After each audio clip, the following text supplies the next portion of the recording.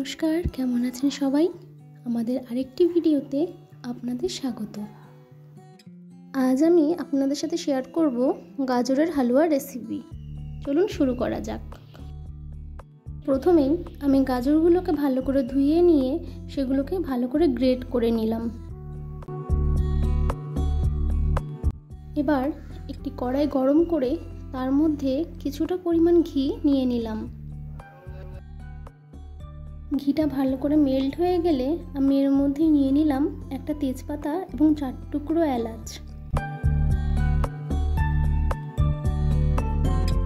তেজপাতা আর এলাচগুলো একটু ভাজা ভাজা হয়ে এলে আমি এর মধ্যে দিয়ে দিলাম গাজরগুলো।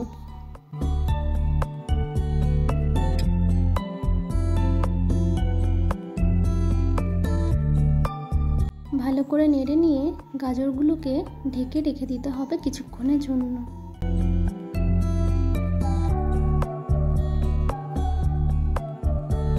এবার আমি এখানে নিয়ে নিলাম স্বাদমতো চিনি। আপনারা যে যেরকম মিষ্টি খেতে পছন্দ করেন সেইভাবেই সেই পরিমাণেই মিষ্টি নেবেন।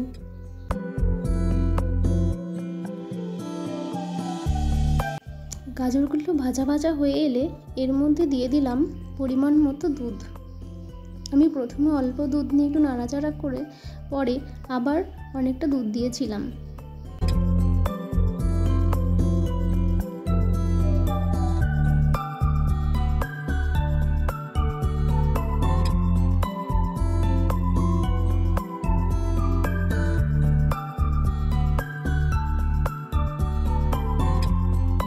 দুধটা সুন্দর জাল হয়ে গেছে এবং আমি এখানে সামান্য একটু নুন নিয়ে নিলাম।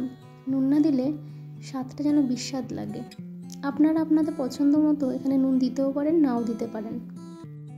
গাজরের কাঁচা গন্ধটা কেটে গেলেই বুঝে যাবেন হালুয়া তৈরি। আপনারা অবশ্যই জানাবেন এটি দেখতে কেমন হয়েছে। এটি খেতেও খুব সুস্বাদু হয়েছে। ভিডিওটা এখানেই শেষ করছি। আপনারা সবাই ভালো থাকবেন এবং আমাকে সাপোর্ট করবেন। ধন্যবাদ।